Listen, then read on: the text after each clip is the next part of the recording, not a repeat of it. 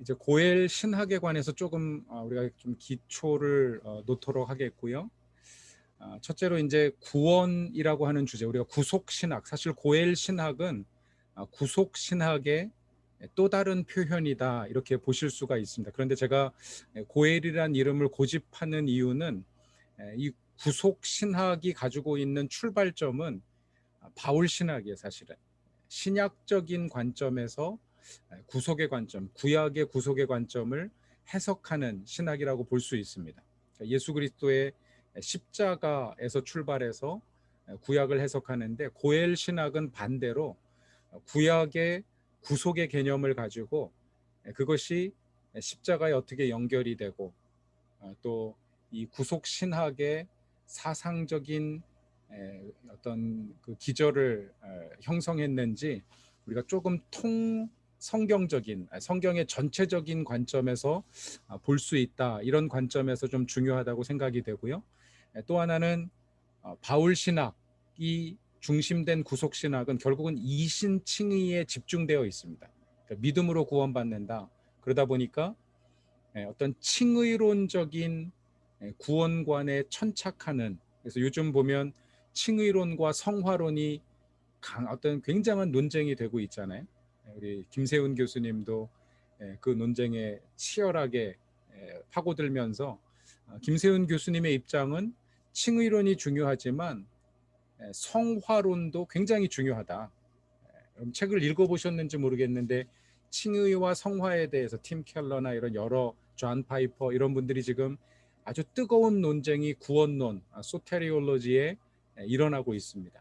사실 이제 그런 영역에서 저도 조금 이제 학문적인 기여를 하고자 고엘 신학을 연구하게 됐고요. 그래서 우리가 구속 신학의 통성경적인 신구약 성경을 전체를 조망하는, 그리고 기독교 구원의 가장 밑바탕에 무엇이 있는지를 좀 로우 머터리얼, 신학적으로 다 정제돼서 어떤 오늘날의 구원론이 얘기하고 있는 그것만 보는 게 아니라 그 구원론을 형성하게 된 어떤 신학의 기저, 성경적인 바탕을 살펴보자, 이런 의미에서 고엘 신학을 좀 이야기하게 됐습니다. 뭐 선교학자로서 중요한 것은 이 고엘 신학이, 구약이 가지고 있는 구속의 개념이 복음 전도와 또 사회적인 참여, 구체적인 실제적인 어떤 교회 사명을, 본질적인 사명을 좀 더 선교적인 본질을 잘 규명해 주고 있기 때문에 거기에서부터 출발한 구원의 이해가 중요하다, 그런 면에서 출발을 하게 됐고요. 그럼 말씀드린 대로 크루스비라고 하는 신학자가 그런 이야기를 했어요. 종교는 구원을 추구하는 방식이다. 그래서 모든 인간은 현세적인 구원, 대개는 이제 샤머니즘 쪽이 이쪽에 강하죠. 애니미즘이나 샤머니즘은 지금 당하고 있는 고난으로부터 구원받기 위해서 신앙생활하고요. 또 우리가 고등 종교라고 이야기하는 세계 4대 종교, 뭐 5대 종교 얘기할 수 있는 고등 종교는 내세적인 구원을 추구한다. 그런 면에 있어서 종교학의 가장 중요한 주제 중에 하나, 기독교 신학의 가장 중요한 어떤 파트가 구원론이라고 볼 수 있습니다. 물론 뭐 기독론이 더 중요하다, 다 얘기할 수 있는데 사실 구원론은 기독론의 한 파트라고 볼 수가 있어요. 왜냐하면 The work of Christ, 예수님의 사역이 바로 구속사적인 구원하는 사역이었기 때문에 사실 18세기까지만 해도 구원론은 기독론의 한 분야였습니다. 그러다가 이제 18세기 이후에 신학이 분화되면서 인간의 구원에 관한 학문을 예수 그리스도의 사역에서 분리해서 구원론을 따로 이렇게 다루기 시작했는데요. 아마 뭐 우리 정성욱 교수님 또 강의 많이 하시는 조나단 에드워드나 18세기, 19세기의 신학, 청교도 신학에서 구원론이 강하게 대두되는 어떤 신학적인 분화를 이뤄냈고요. 이 신학 그 구원론에 관해서 보면 결국 이제 오늘날 가장 혼동이 되는 이유 중에 하나가 뭐냐면 공시적인 다양성, 오늘날 수많은 교단과 교파들이 가지고 있는 뭐 타종교가 가지고 있는 구원의 다양성은 말할 것도 없고요. 기독교 안에만 해도 구원을 보는 관점이 다양하기 때문에 굉장한 혼란을 이뤄내고 있습니다.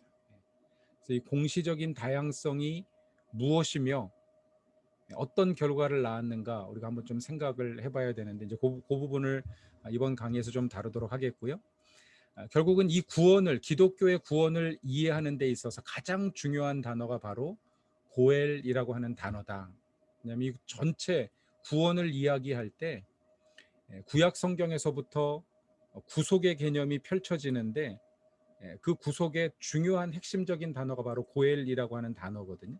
그래서 이 고엘이란 단어가 성경에서 어떻게 점진적으로 또 구체적으로 발전해 왔는지를 우리가 추적해 보면 예수 그리스도의 십자가 사건이 더 분명하게 드러나고 그 십자가의 의미가 교회의 어떤 선교적인 사명으로 명확하게 투영될 것이다. 이런 전제를 가지고 고엘이라는 단어를 조금 살펴보게 됩니다.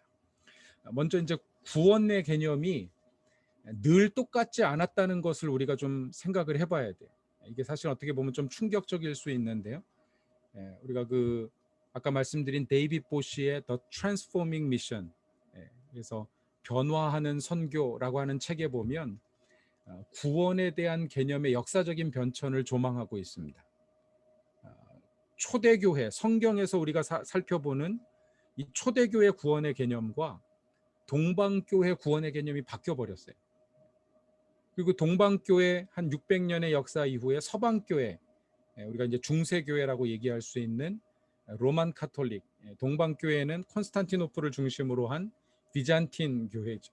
그 비잔틴 교회 구원의 개념과 서방교회 개념이 다른. 그래서 오늘날 오르소독스 처치와 로만 캐톨릭 교회가 다른 어떤 구원론의 강조점을 가지고 이렇게 예수 그리스도를 믿는 것을 볼 수가 있죠. 그런가 하면 1500년대 이후에 르네상스와 어떤 계몽주의, 인라이트먼트, 이런 합리주의, 과학주의, 산업혁명을 지나면서 근대 교회가 가지고 있는 구원의 개념이 또 바뀌어 버렸습니다. 이게 어떻게 바뀌었는지를 잠시 조망하고 그리고 나서 다시 공시적인 다양성, 통시적인 변천을 지나서 오늘날 우리가 두드러지게 구분되는 구원의 개념이 무엇인가, 공시적인 다양성을 다시 한번 조금 내로우 다운해서 살펴보도록 하겠고요. 그럼 동방교회, 헬라 철학의 문화의 영향을 받은 비잔틴 교회, 사실 이 비잔틴 교회가 오늘날 터키, 그리스를 중심으로 형성이 되었기 때문에 그럼 그리스 철학의 가장 중요한 도시가 오늘날 그리스의 아테네, 또 아테네를 에게해를 사이에 두고 아테네와 필적할 만한 그 히랍 철학의 중심지가 바로 오늘날 터키의 에베소 지역이죠. 에베소. 그래서 에베소와 아테네는 헬라 철학의 거장들이 살아가던 지역입니다. 그러다 보니까 이 비잔틴 제국이 헬라 철학의 영향을 많이 받게 되었고 헬라 철학으로 신학을 하기 시작해요. 그러면서 이제 여러 가지 이해와 강조점이 다르게 되었는데 그 헬라 철학의 가장 중요한 어떤 사상적인 기조는 플라톤의 이데아 사상이라고 볼 수 있죠. 이데아 사상. 그래서 플라톤의 이데아 사상은 동굴 이론으로 잘 설명할 수 있습니다. 오늘날 우리가 보는 이 세상은 우리가 동굴 밖에 서서 동굴 안을 바라볼 때 빛이 투영돼서 동굴 벽에 생긴 그림자가 있습니다. 자기 그림자. 그러니까 우리가 바라보는 세상은 그 그림자고 실상 나라고 하는 존재는 실제로는 저 이데아라고 하는 세상, 완벽한 천상의 세계에 존재한다.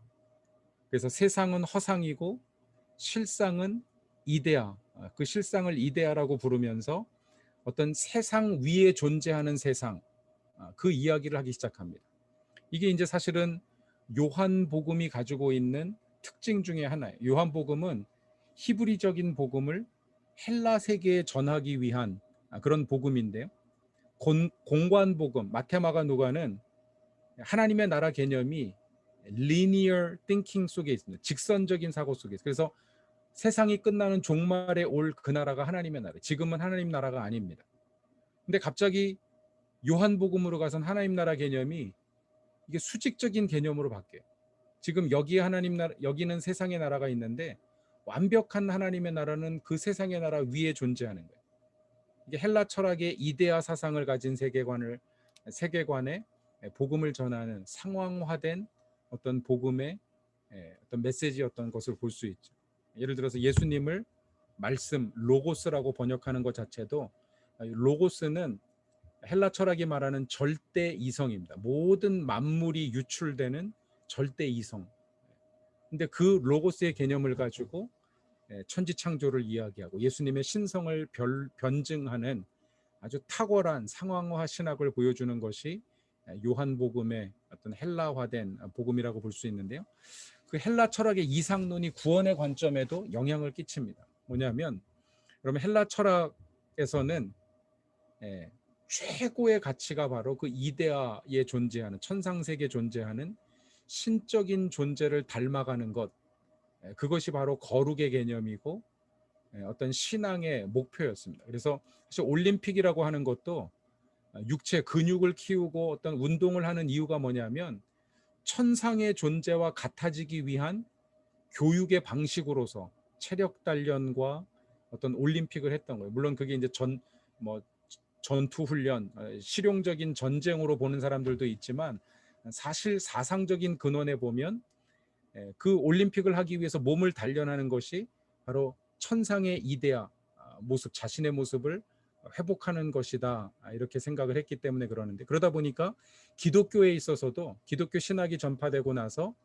최고의 신앙의 목적, 구원은 바로 예수 그리스도를 닮는 것이다, 신성화되는 것이다. 그래서 이 디비니제이션의 개념이 어떤 기독교 신학이 추구하는 최고의 가치라고 이렇게 사람들이 생각을 하기 시작했습니다. 그러니까 구원의 개념이 복음, 예수 그리스도의 복음을 통해서 구원받아서 천국 가는 것이 아니라 이 땅에서 굶주리는 이웃을 위해서 어떤 자기의 희생의 가치를 통해서 구제하고 함께 하나님 나라의 백성이 되는 어떤 초대 교회의 구원론에서 약간은 변질된 신성화. 그러다 보니까 그럼 3세기에 어떤 운동이 일어납니까?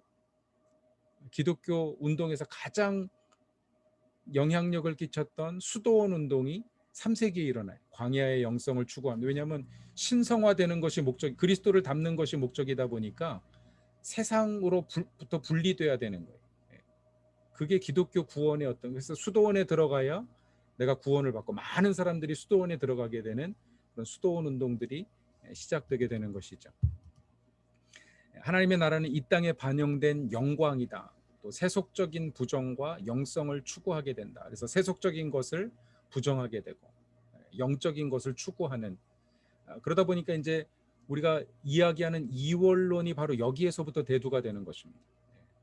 플라톤 철학에 의한 성과 속을 구분하는, 그래서 교회는 거룩하고 세상은 악하고, 그러면서 어떤 거룩함을 추구하는, 물론 이제 경건주의 운동에 있어서는 굉장히 중요한 영향을 끼쳤지만 선교적인 포커스를 잃게 만드는 부작용을 낳았다, 우리가 이렇게 볼 수가 있고요. 초대교회 복음적 구원론의 어떤 신학적 환원주의다. 환원주의라고 하는 것은 리덕셔니즘, 많은 것을 어떤 하나의 단어로, 하나의 개념으로 축소시켜버리는 축소주의죠, 사실은.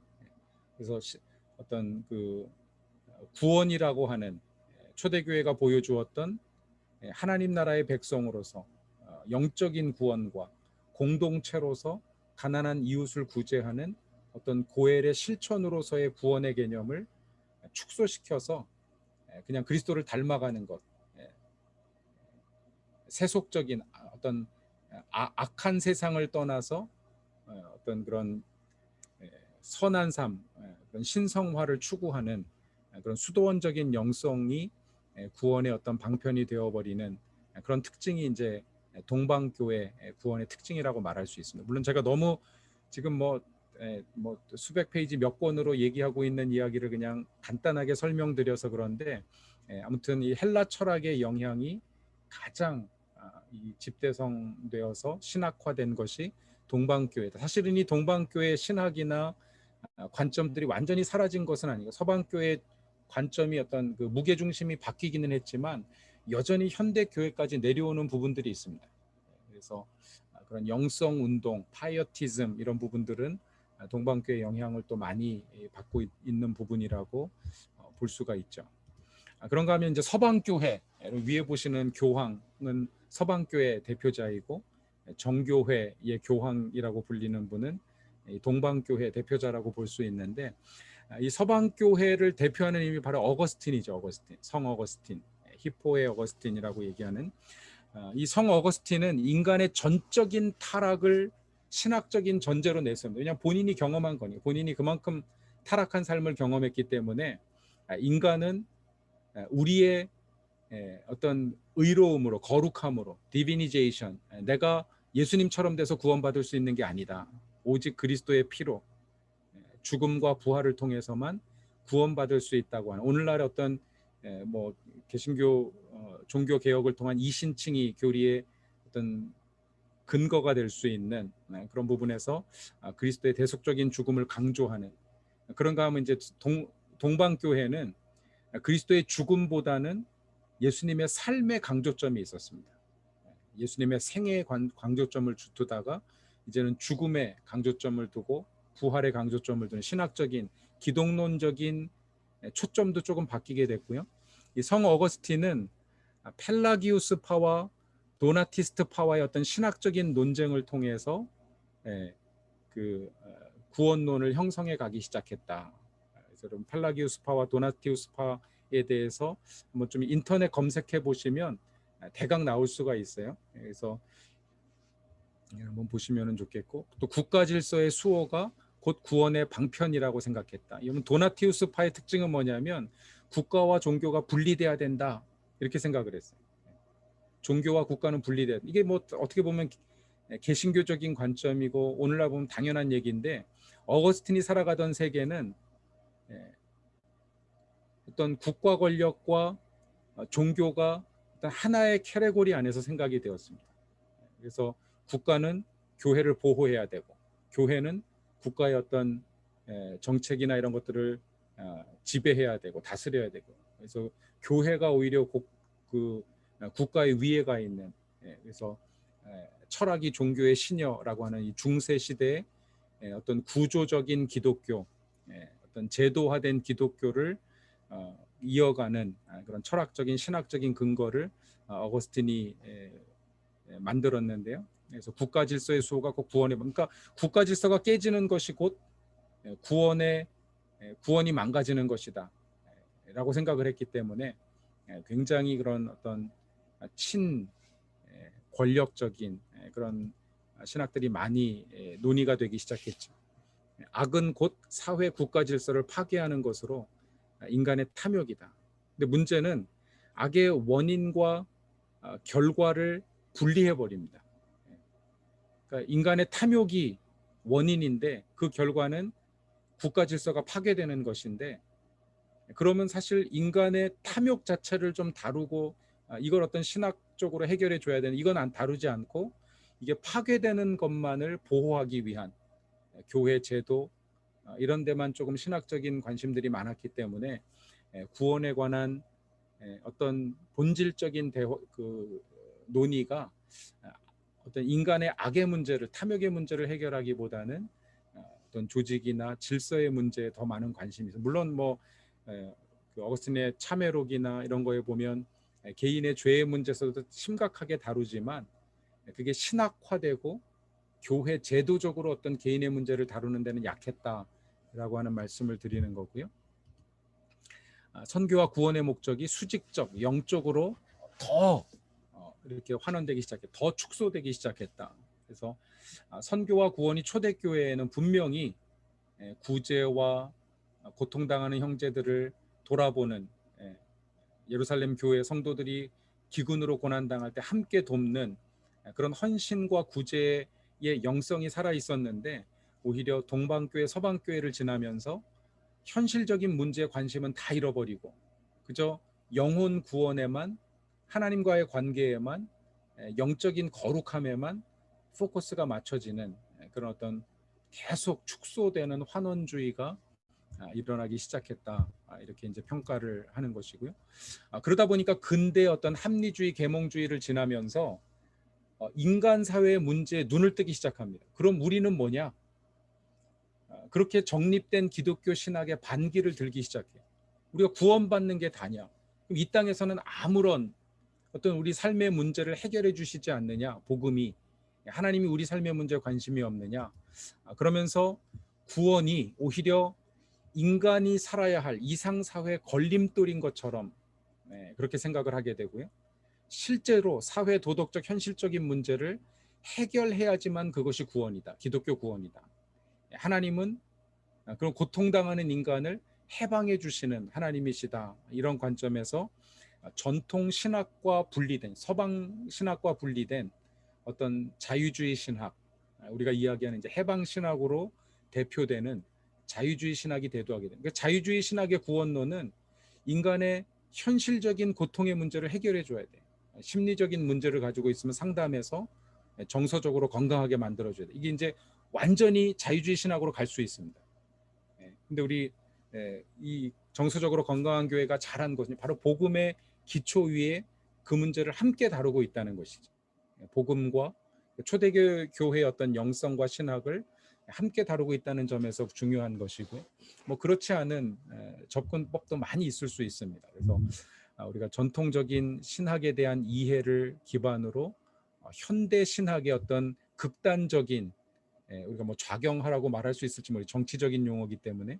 근데 영적인 문제가 아니라 수평적인 문제만을 해결하려는 이 신학의 문제도 우리가 좀 생각을 해봐야 됩니다. 뭐 불트만의 탈신화와 디미톨로자이제이션, 휴머나이제이션을 우리가 구원이라고 인식하는 것 자체가 우리가 좀 신학적인 이해나 논쟁을 좀 다시 한번 해볼 필요가 있겠다. 물론 이제 사실 폴 틸리히의 문화 신학 같은 경우에는 사실 좀 이런 현대 신학의 특징과 사실 그 시대적인 상황에서 복음 중심의 예수 중심의 신학을 가교하려고 하는 굉장한 노력이 있습니다. 저도 뭐 제가 총신에서 신학을 했지만 저희 총신에서는 폴 틸리히는 이게 자유주의 신학자라고 딱 판정을 해버렸는데, 제가 이제 풀러에서 신학을 하면서 또 이 선교 신학을 하면서 보니까 폴 틸리가 가지고 있는 장점 중에 하나는 유럽의 19세기 비평신학으로 비평신학 일색으로 완전히 현대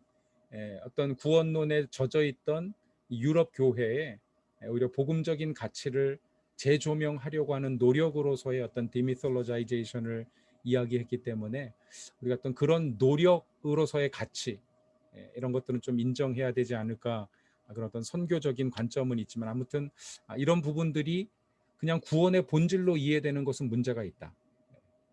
구원의 본질은 여전히 신약과 구약 성경이 가르치고 있는 고엘의 개념을 통해서 그 고엘의 완성으로 오신 예수 그리스도에 집중되는 것이 합당하다, 이런 이야기를 하는 것이고요. 구원은 하나님의 선물이 아니라 인간의 성취로 근대 교회 신학자들은 이해합니다. 그러니까 우리가 뭔가를 해서 그게 구원을 이룬다고 생각하는 거예요. 여러분, 교회론도 마찬가지예요. 교회가 정말 선교적인 교회, 사도행전적인 과제 첫 번째가 뭐였습니까? 1시간 전에 말씀드린 성령의 인도하심을 분별하고 순종하는 교회. 그러니까 성령이 인도해 가시는 교회가 된 인간적인 방식으로 뭐 프로그램을 만들고, 여러분 그 여러 가지 프로그램을 전하는 교회들의 특징은 뭐니? 그 교회들은요, 대개 정말 성령의 인도하심에 먼저 민감하게 반응하면서 그 필요, 성도들의 필요를 충족시키다 보니까 그런 커리큘럼이 나오고 프로그램이 나온 거예요. 그 컨텍스트에 맞는 프로그램. 근데 그 컨텍스트에 맞는 프로그램을 다른 컨텍스트에 가져가니까 잘 안 되는 겁니다. 그 정신이 충분히 살아나지 않고 그런 효과들이 나오지 않고.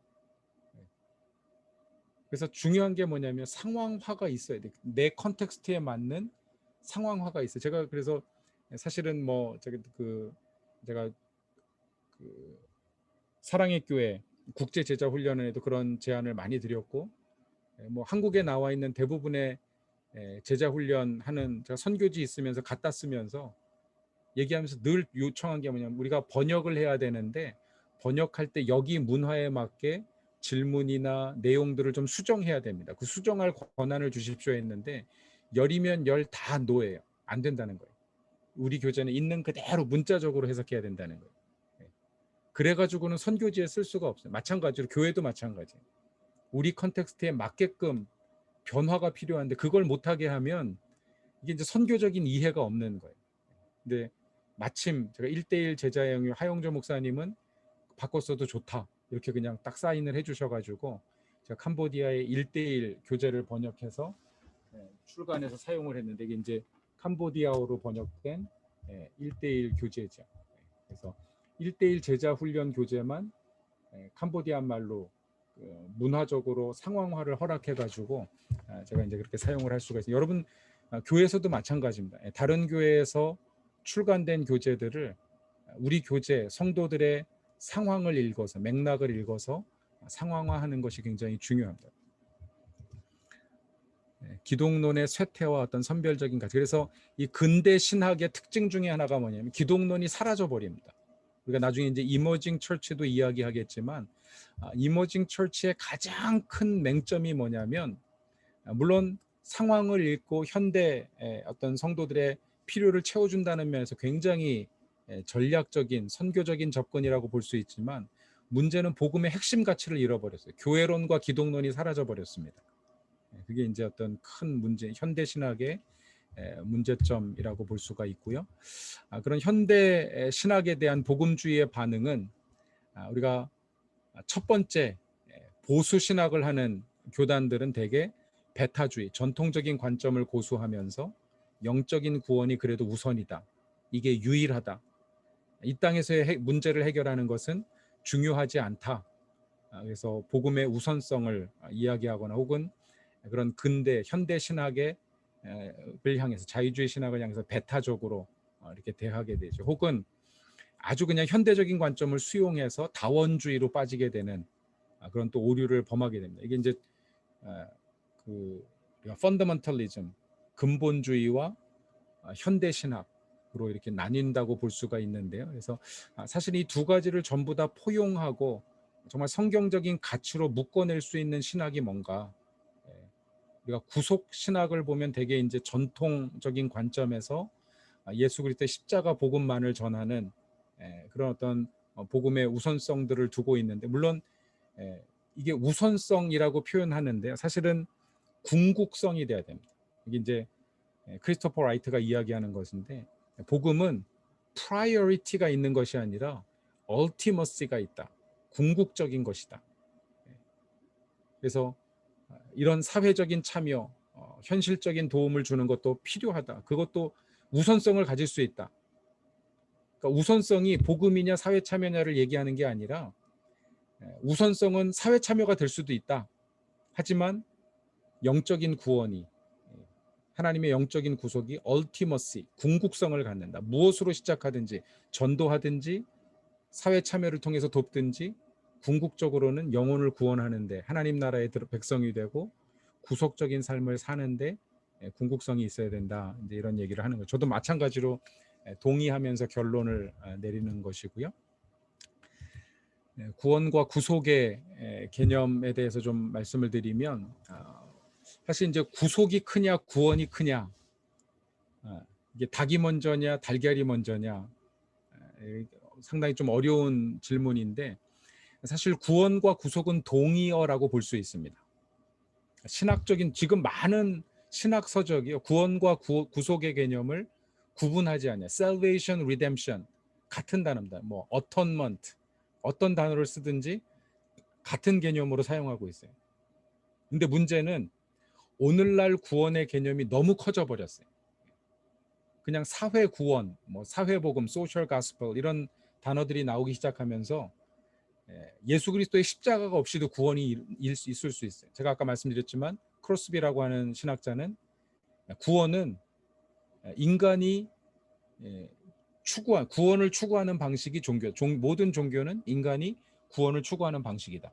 그러니까 구원의 개념이 너무 크기 때문에 성경적인 구원이 뭐냐를 얘기할 땐 구속을 우리가 얘기해야 된다. 그러니까 성경적인 구원과 구속이 정말 동의어라면 우리가 말하는 구원이 성경적이 되기 위해서는 구속의 개념에 기초한 구원의 개념을 이야기해야 된다. 그래서 우리가 리뎀션이 사실 중요한 단어고요. 구원과 구속의 개념, 단어의 큰 차이, 이 구속의 특징이 무엇인가? 구속의 특징을 보면 속량의 값을 지불해야 됩니다. 구속은. 구원에도 물론 예수님께서 그 제물이 되시고 십자가 희생을 통해서 구원을 이루게 된다고 하는 개념이 있는데, 이 고엘의 개념은 구약에 명령하신 하나님의 분명한 그런 명령들이 기록이 되어 있는 것이고요. 두 번째로 또 하나 이제 원상 회복의 언어다. 이게 language of restoration, 회복의 언어다. 이게 중요합니다. 그래서 구원은, 구속이라고 하는 단어는, 구원은 그냥 천국 가는 것, 이것에 이제 굉장히 많은 포커스가 되어 있는데요. 구속이라고 하는 개념은 우리 삶의 본질을 원상 회복시키는 restoration. 그래서 image of God, 하나님의 형상을 다시 회복시키는 것이고요. relationship with God, 하나님과의 관계를 회복시키시는 것이고요.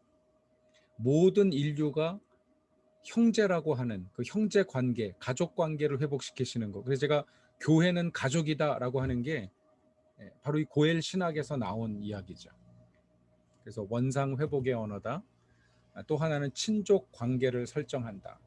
그래서 고엘의 의무는 형제 간에 그 지불하는 희생의 값, 회복의 값을 의미하는데, 결국은 하나님께서 이사야서 43장 1절의 말씀에 보면 내가 너를 구속하였고, 거기에 보면 고엘이라는 단어를 사용하시거든요. 구속이라는 단어가 바로 고엘이라는 단어인데, 그래서 그 히브리어에서 예수님, 하나님이 지금 이스라엘 백성들에게 뭘 말씀하시냐면 내가 너의 형제가 되었다는 것, 너의 가장 가까운 친족이 되었다는 것입니다. 그 단어를 이스라엘 백성들은 감히 하나님을 형제라고 얘기할 수 없기 때문에 하나님 아버지라고 표현한 것이죠. 왜냐하면 구속의 개념이 나중에 이제 그 슬로브앗의 딸들 사례를 통해서 고엘 제도가 형제만이 아니라, 아들만이 아니라 딸로, 형제로, 아버지로, 가까운 친족으로 이게 확장됩니다. 그래서 어떤 그 고엘 제도의 적용에서는 이제 등장하게 되는데, 아무튼 그 고엘이란 단어를 통해서 하나님께서 우리의 가장 가까운 친족이 되신다고 하는 것을 선포하시죠. 또 하나, 고엘은 하나님의 소유권을 천명합니다. 이게 내일 조금 더 구체적으로 설명을 드리도록 하겠고요. 성경적 구속 언어 위에 구원의 개념을 정립할 때 이런 어떤 구속의 특징들이 잘 드러나고, 기독교 구원이 뭐냐, 우리가 세례 주고 세례를 베풀고 제자 양육을 하는데 그 제자 양육은요 고엘을 만드는 과정입니다. 구속자를 만드는 과정이에요. 디모데 후서가 2장 2절에 충성된 자들을 가르치라고 말씀하셨잖아요. 그 무슨 말이냐면 너희가 받은 바, 내가 가르친 것, 내가 전한 것, 그러니까 가르치는 사람이 있고 배운 사람, 우리가 배운 사람이 있는데 또 다른 충성된 사람을 키울 수 있는 충성된 제자들을 가르쳐. 이게 4세대를 얘기하는 거거든요. 그러니까 복음 전도와 제자 양육은 적어도 내 위에 나를 가르친 사람을 포함해서 내가 가르치는 사람이 또 다른 사람을 가르칠 수 있는 4세대 제자 훈련을 해야 되는데, 그 제자 훈련의 핵심 키워드는 뭐냐면 예수님과 같이 자기 희생의 값을 지불하고 구속의 삶을 살아갈 고해를 훈련하는 것, 그게 제자 훈련의 어떤 핵심적인 가치입니다. 그래서 우리가 이 구원의 개념을 통해서 교회 본질, 제자도의 본질, 복음의 어떤 본질적인 이해들을 우리가 잘 갖출 수 있겠다, 이런 생각에서 제가 이제 고엘이라는 단어를 연구하게 됐고요. 그 오늘날 동시대적인 자유주의 신학, 인간의 현실적인 문제를 해결하는 것이 구원이다라고 정립한 학자가 바로 구스타프 구티에레츠라고 하는 분입니다. 해방신학 말씀드린 대로 이 남미의 현실을 일부에서 이렇게 잘 기술하고 있는데요. 결국은 다국적 기업들이 경제적으로 착취하는 것, 그다음에 공산정부의 정치적인 억압, 여기에 편승한 로만 카톨릭 교회의 어떤 타락, 권력자들과 다국적 기업들과 뭐 직간접적으로 협력하면서 남미에 있는 수많은 크리스찬들, 민중들을 억압하는 이 구조, 이것이 바로 애굽의 구조다, 이렇게 정의를 하고요. 그 애굽에서 해방시키신 하나님, 왜냐하면 출애굽기 6장 6절에 내가 너희를 구속하겠고라고 하는 단어가 바로 고엘이란 단어거든요. 그러니까 고엘이 레위기 25장에서 법으로 제정되기 이전에 하나님이 너희의 구속자가 되신다, 너희의 고엘이 되신다고 선포하셨는데, 그 구속의 의미가 바로 해방이다. 경제적인 착취와 정치적인 억압으로부터의 인간 현실, 우리가 당하고 있는 고통의 문제로부터 구원해 주시는 것이 하나님의 구원의 본질이다. 이런 논리들을 신학적으로 펼쳐가기 시작합니다. 그래서 고엘의 하나님은 해방의 하나님이다. 그래서 모든 종류의 억압으로부터 해방하는 것이 곧 구원이다. 그래서 여기에서 그 블랙 티올로지가 나온 거죠. 흑인 해방 신학, 페미닌 티올로지, 여성 해방 신학, 정치 신학, 폴리티컬 티올로지, 뭐 이런 것들이 나오면서 사회 정의, 어떤 그런 이야기들을, 그런 논의들을 이제 하기 시작한 것이 바로 이 해방 신학이 가져온 자유주의 신학의 모티프고요. 그래서 이 해방 신학의 모티프가 출애굽의 모티프다. 그리스도는 해방의 사역자이고 해방은 곧 창조의 완성이다. 이 부분은 제가 신학적으로 굉장히 중요한 지적인 것 같아요. 창조와 구속을 연결시킨 것. 왜냐하면 이 구속의 개념이 아까도 말씀드린 restoration, 원상 회복이라 그랬잖아요. 그러니까 창조의 원형을 회복하는 것이 구속의 본질이라는 점을 구티에레츠가 굉장히 명확하게 간파했는데, 문제는 이게 그냥 원상태의 회복인데 하나님과의 관계 회복을 놓쳐버린 거예요.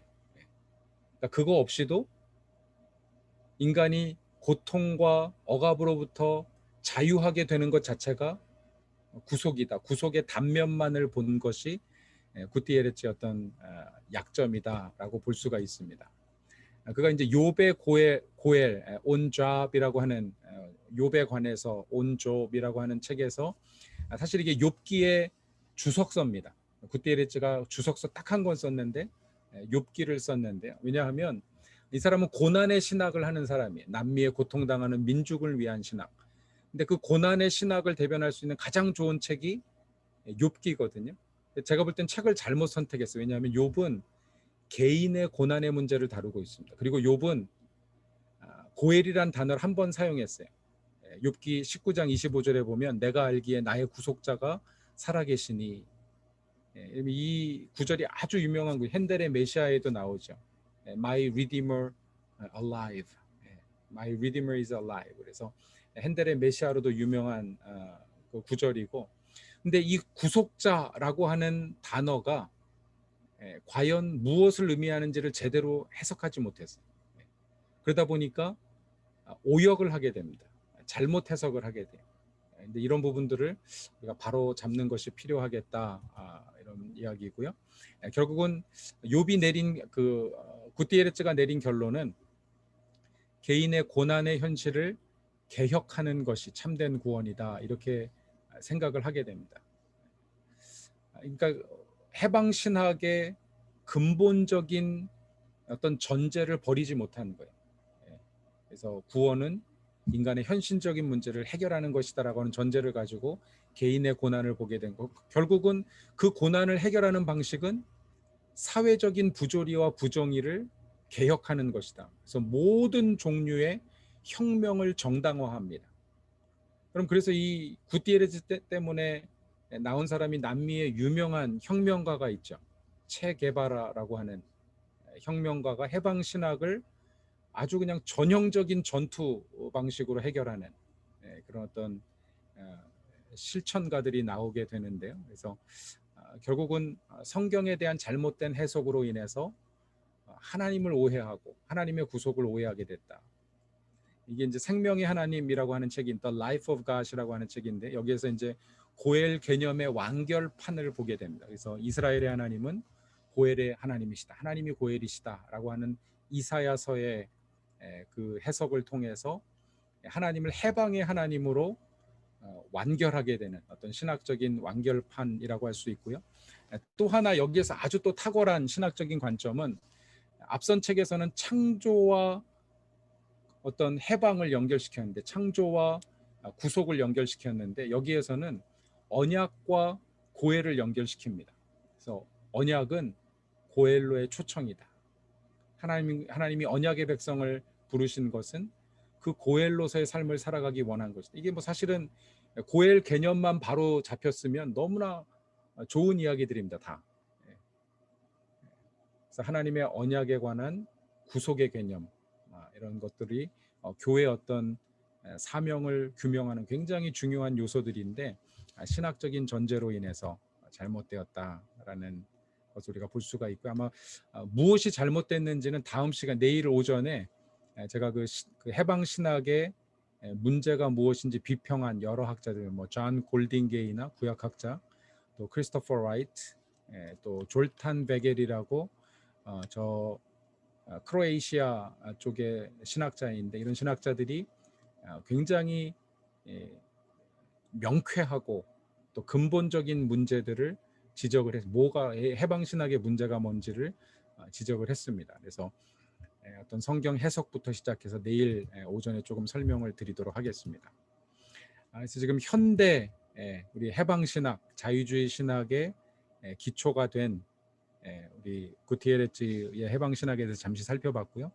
혹시 여러분 교단에서 이 해방 신학을 공부하시고, 제가 알기로 아마 기장 쪽에서는 민중 신학에 대해서 여러분 공부하셨는데, 뭐 제가 너무 비평하는 것은 아니고요. 거기에 어떤 선교적인 측면이 담겨 있기 때문에, 물론 이제 전통 근본주의 신학을 하는 우리 뭐 복음주의적이라고도 이야기할 수 있고요.